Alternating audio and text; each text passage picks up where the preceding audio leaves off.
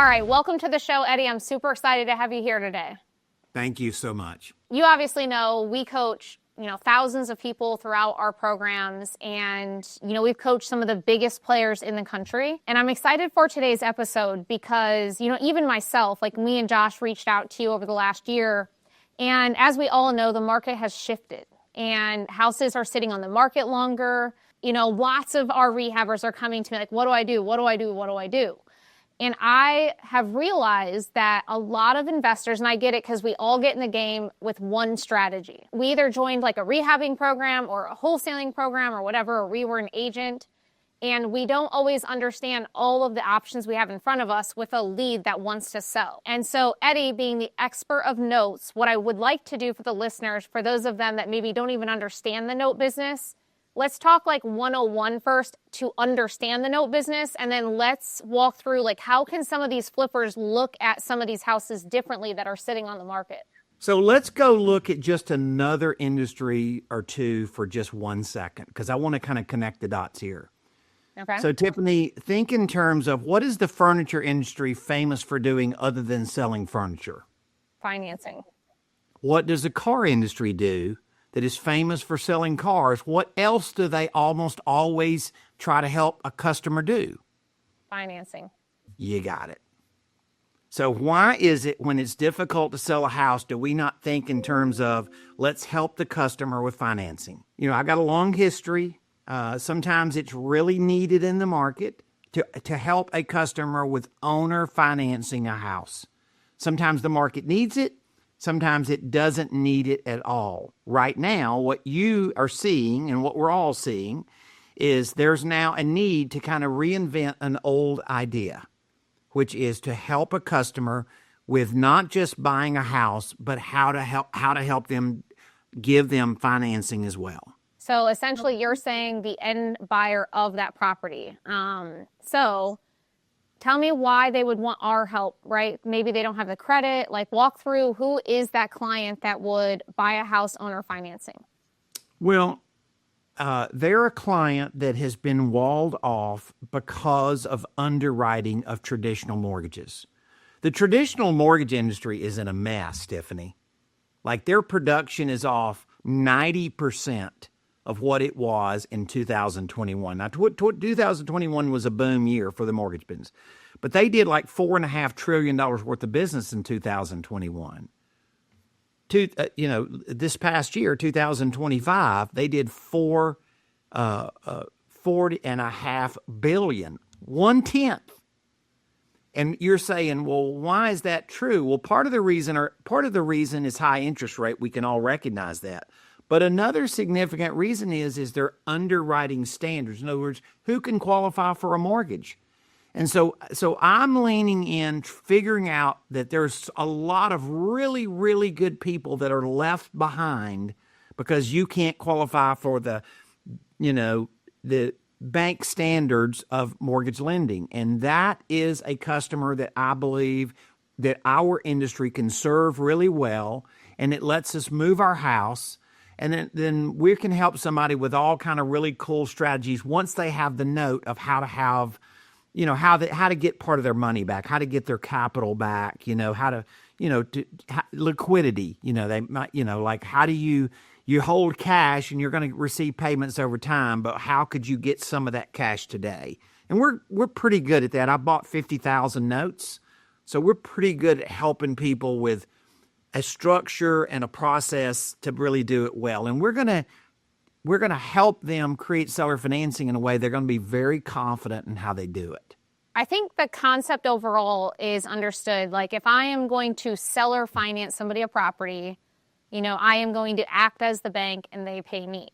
Now, yes. What I think where people get a little confused is, okay, so I'm the rehabber. I go raise private money from Joe Smith over here.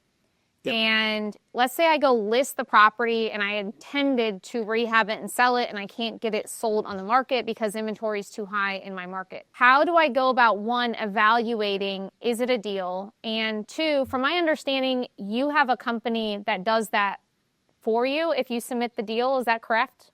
That's right. We've built a done-for-you seller finance program We can help you with a realtor that's specially trained that knows how to go sell to this right buyer market. We can help you with the process and closing and the underwriting process, coordinating with the closer. In other words, when we end up with your seller finance note at the end, Tiffany, it's going to look like a mortgage banker type package. It's not going to look homemade. A lot of people on the internet are trying to, seller financing, and they're teaching you kind of do homemade looking things. Well, I'm going to go take your loan, or maybe just part of your loan. Maybe you're getting, let's just make up a wild number, Tiffany. You seller finance a property and you're getting a payment of $2,000 a month. See, people, now I'm going to go take your loan and say, did you know you could sell part of your monthly payment and keep part of your monthly payment? And you're saying, oh my goodness, well, this is what mortgage banking does. They go take your loan and, have a marketplace where they can go sell it. What this does, Tiffany, is gives you the money to have some money at the closing to pay off your lender, and then all of a sudden retain a long-term cash flow. And what most people, Tiffany, that get into real estate, what they want to do is have financial independence, right? They want to have money coming in that they don't have to go work for every month, right?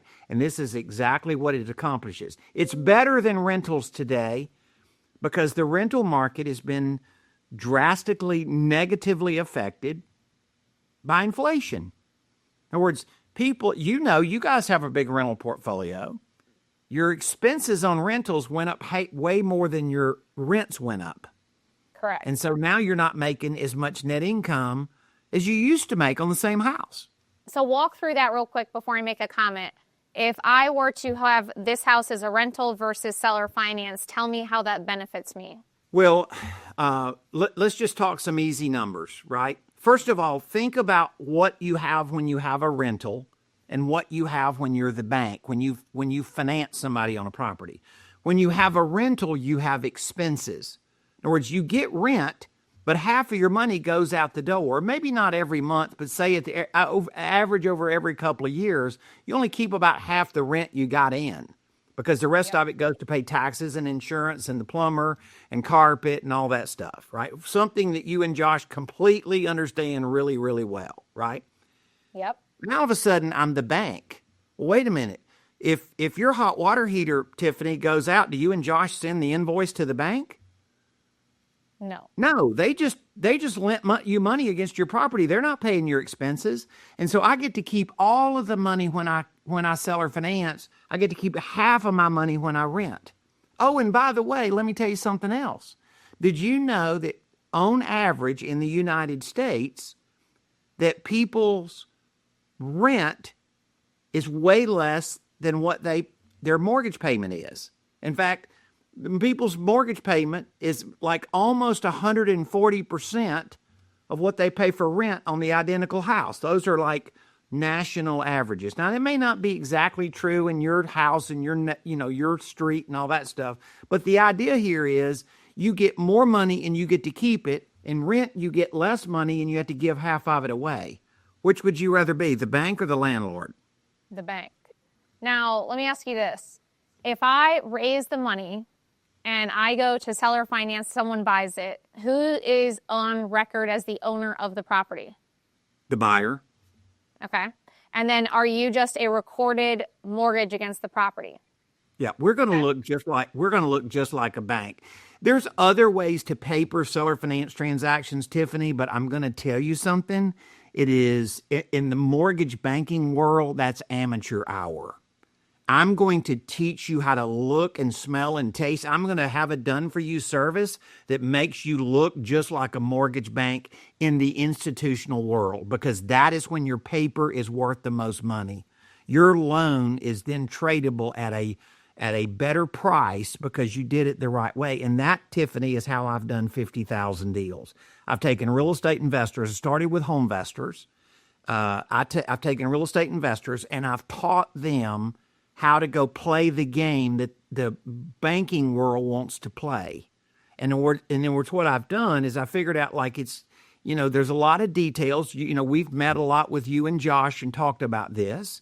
And you're like, wow, man, if Eddie, if you guys just had a company that could do it for me, I don't have to learn all those details. And the answer is, you're right. So let's say, again, let's go back. I'm the flipper. I raise the money, and then I make the decision to send it to your company, and we're going to go sell or finance it. Then you go find that buyer. Do you then turn around and take my private lender out of the deal and sell that note onto the market right away? Yes, ma'am. And then who are the type of people buying those notes? Insurance companies and banks, hedge funds. Okay. So then my private lender will be tapped out of that deal regardless, right? Your private lender is paid off, and then there is a way to do this, and I don't want to get too, fancy today, right? But there's a way for Tiffany that you and Josh could get $2,000 a month if you financed a property, hypothetically, and then maybe you keep $800 a month, and you take $1,200 a month, and you sell that portion of that payment. I help you arrange a trade to a bank or an insurance company, and then they give a big lump sum of money up front, and that's what goes to pay off your lender, and maybe you and Josh want to go on a trip or whatever. Like it gives you immediate cash today, but you still can keep some long-term income. You kind of get to have your cake and eat it too. Let's just say, let's do like broad, simple numbers. Okay. Are you saying like I'm all in on a deal at say $100,000 and it's worth, you could sell it for $150,000, and this buyer comes in and puts like 10 or 20% down, and then I'm still all in like with a profit, right? Okay. And let's just say I go sell, you're saying I can sell like 80% of the note and keep 20, but since I was at such a good deal, I'm still collecting cash on something that I don't have any of my own cash into, right? You got it. You now have built a wealth machine because you're earning future income that you don't have to go do anything for. Now, in order to get what you're saying and what we're talking about, where the deal has to be pretty good though, right? Like in terms of being all in. Now, let's say I'm a rehabber. I have this house listed. I can't move it. Now I'm stacking interest to my lender, hard money lender, and I don't got much margin to play with anymore. Does that person then send you that deal, your company, you guys evaluate if this is a deal you can sell on the market? What is the average down payment from that buyer? Average down payment should be about 15% down. Okay. And then on that type of situation where there's not much margin, does that typically when you would sell 100% of that note? Yeah, there is a point, Tiffany, where you owe so much money against the retail value of the property that I can't make. In other words, I can't fix that deal. But it is, if you have some equity, let's just say the house is worth $150 and you owe $120, you owe $110, then that math will work all day long, where you can get money today, walk away from the closing with some money, and still have some future income. If you owed $140,000, the house is worth $150, I don't think a note strategy is a great fix. Now, if someone wants to send your company a lead or a deal, what are your requirements before they submit that? Like, do they have to have a certain calculator filled out? Like, do they have to have some basic training so they don't waste your time? Or how does that work? Yeah, we've got to go through and do enough that they really know how to, we've got some tests built, just some Excel spreadsheets, but we've got some tests built, but they need to learn like how to input it and like what they're looking for. It's not complicated anyway, but it's certainly something that gives them a decent working knowledge. They know how to open the door to get in the car, so to speak. And you have like a recorded master class or something on that, right? Yeah, we've got a class that we actually will do. We've got different ones that we'll take people through a little training series, kind of like, over 5 days, something kind of like that. And then all of a sudden they become very comfortable. You know what I've learned, Tiffany? And I look at how we kind of started out with you and Josh. You kind of knew who I was, and we had a lot of mutual friends, and so there was a high mutual respect. But when we very first started, you're like, I don't know, this seems a little complex or whatever. And now all of a sudden, as we've kind of gotten into it, you're like, okay, now I have some confidence, and I can totally see how this works. So our job is just to give people enough confidence to go say, there's another way I can do my real estate business. And I go back to what we first said. Look at the car business if it had no financing. Look at the furniture business if it had no financing. Would it be the same or would it be way less? I don't know if it would be here. Exactly. So understand, we're in a market cycle where financing is a really big deal related to people buying houses. And you're saying, well, they can go get a traditional mortgage. Well, if the mortgage business is 90% off, doesn't that tell you something? Can't you sort of see there's a problem? That if they're lending 90% less money than they used to lend in 2021. So I didn't cause themselves to sort of shoot themselves in the foot, but I am a business guy, and I see an opportunity, and I see an opportunity for real estate investors to know more and understand that this is kind of a hidden surprise. You mean I could create seller financing, I could finance my property, get money today, and then all of a sudden, wait a minute, there's a possibility of keeping long-term income that I just get a check every month and I don't have to go do anything for it, and I don't have to manage a rental to get there? What I'm going to do, I believe you told me there's a recorded masterclass, because I want to make sure the listeners, I think that it makes sense in theory when we talk about it, but then actually running the numbers is where people probably get caught up. And I can't stress this enough to our community that you've got to, I call it monetizing your marketing. 1 lead, 10 options. And so what happens is a bunch of investors put on the tool belt and they have all these tools, but they only use one of them.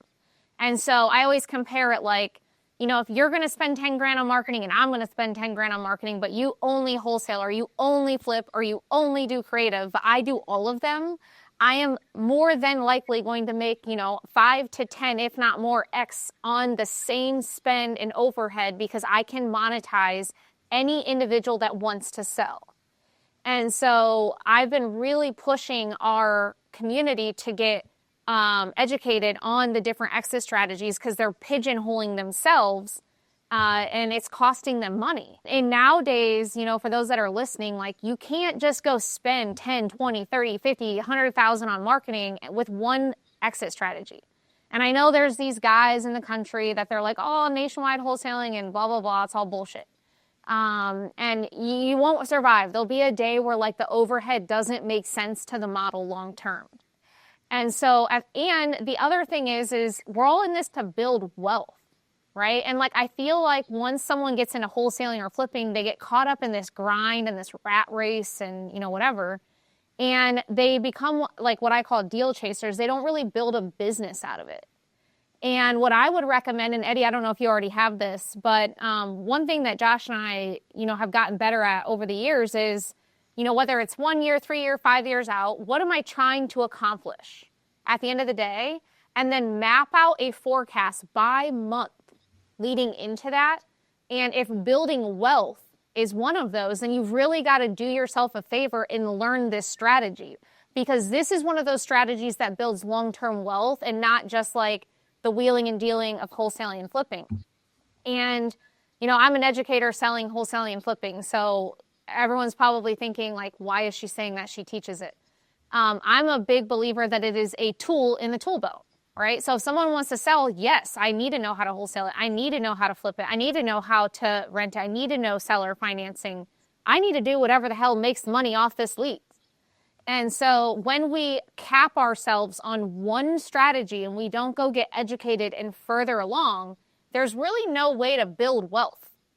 And so whether that's through rental, right now, I'm getting away from rentals because I can't stand having the tenants. The costs have significantly increased the last couple of years. And the numbers just don't make sense to me when I can go make 14% or 12% private lending. And it's way less stressful. So Josh and I have personally looked into seller financing, and they have made it very easy on us. Because if we think something, we've learned enough through Eddie to understand, could this be a deal or not? And if it's a maybe or a yes, we then can send it to their company. They'll evaluate it and tell us next steps. But we're at least good enough now to be no, this won't make sense, or this could make sense. And I really think you guys should watch the recorded masterclass. I'll ask Eddie for a link and drop it in the show notes for them. But ultimately, What do people not understand about debt? Because this is something I feel like I've gotten more educated on this year. You, Tim Harrod, all these guys. It's like the money's in the debt game. Like, I don't want to deal with tenants. I hate dealing with the expenses. And I don't think people understand like where the real wealth is built. So can you talk about that a little bit of like, why don't you think people understand the wealth aspect? They're always just wheeling and dealing. Well, this is my 45th year in this business, right? So I've been around a long time. I've got a lot of history with big time house traders across the country. And what I've learned is this: in the past many years, we have wholesaling was not a thing in 2005. 20 years ago, people did a little wholesaling, but it wasn't like a recognized strategy. They would buy and resell. Then wholesaling came along, and then when the market evaporated where people aren't anxious to go buy your contract, right? Then all of a sudden, they're like, oh my God, what do we do? Well, you shift back to other things that work, because nothing works all the time in every market cycle. You have to adjust, right? You don't wear a bathing suit in the wintertime in Ohio, right? It's that. You have to adjust. And so Right now, what I believe, Tiffany, is this. I'm so excited about working with you and Josh in your portfolio. The reason is because it's forced you to rethink things. And I'll bet you call me in 5 years and say, Eddie, this market change caused us to have crazy cash flow with no headaches. And like, this is the best thing that ever happened to me. Well, you wouldn't have been forced to figure it out if the market hadn't changed. And so, this is where we're at. We just are trying to make the barrier to do this really low. Right? That's why we figured out if we're really going to scale this, we had to build essentially kind of a done-for-you service, because learning this does take some time. It does retrain your team. And what if you could just pass that transaction off and let us handle some of the mechanics? We're very good at it. The guy that runs my operation, Tiffany, was the number 2 guy in a company that created 65,000 owner finance transactions. My team knows how to do this. Now let's go to the other side, people buying the notes real quick. And you said they're like hedge funds, all that. Now, do you guys go raise money, or do you just go tap into institutions?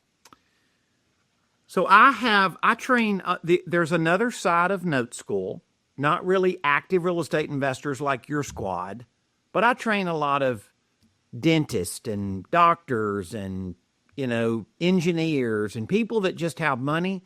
They've had 2 or 3 rentals or a dozen rentals, and guess what? They hate them, right? So they say they come home from work, and the spouse says, if you buy another rental, you're going to be in trouble, kind of thing, right? And so now they're saying, well, what could I do with my money other than buy a rental? Well, own a first mortgage on somebody's house. And so we have built a whole investor base where I connect these investors to a note transaction. I find it, we underwrite it, we help them connect to it. That way it's not hard for them to go get in the business, but yet they wake up and say, I'm earning 10 or 11% interest. With my rental, I was making 4%. Like, which one would you rather have, 11% or 4%? Like, so they like that, and they're just the bank. They don't own a rent house. They're not responsible for all the headaches of it, and they get to earn the income. So right now, you're saying, well, if the math you're giving me sounds like I can make more money with paper right now with being the bank than I can with rentals. And the answer is, I think I can prove that flat out. So we hired a advanced analyst under our CFO. They built out a model recently of what our rentals are netting, right? And net cash flow after taxes, all that. And then we ran a model out on private lending. And a lot of people, it's funny because over the years, I didn't really build a massive portfolio like I could have, doing thousands of deals that we do. And I just knew 10 years ago, if I wrote it down, I still have the piece of paper with my scribble, I will be the bank. And so nothing really got in my way along this journey. I said, I will be a bank. I don't want a bunch of tenants. I hate tenants. And so once you run the model, Now, don't get me wrong. When you get at the end of the path with rentals and you tap them out, let's say you sell them, you pass them on, it's a different story. But when we talk about cash today and the headache of getting the cash year by year to actually live on for my active income, owning the note is by far way more advantageous. Josh and I have put it in as a goal to have quite a few $1 million just backing mortgages, notes, etc. And that's really real wealth to me, right? Like we talk about passive income. Rentals aren't passive no matter what someone says to you. They're a pain in the ass. So ultimately, what I really want to steer the audience to is if you're a wholesaler or flipper and you don't understand seller financing, they have a done-for-you service that makes this a no-brainer. And especially if you're a flipper that has houses sitting today with higher days on market and you don't really know what to do next, I really recommend that you evaluate other exit strategies.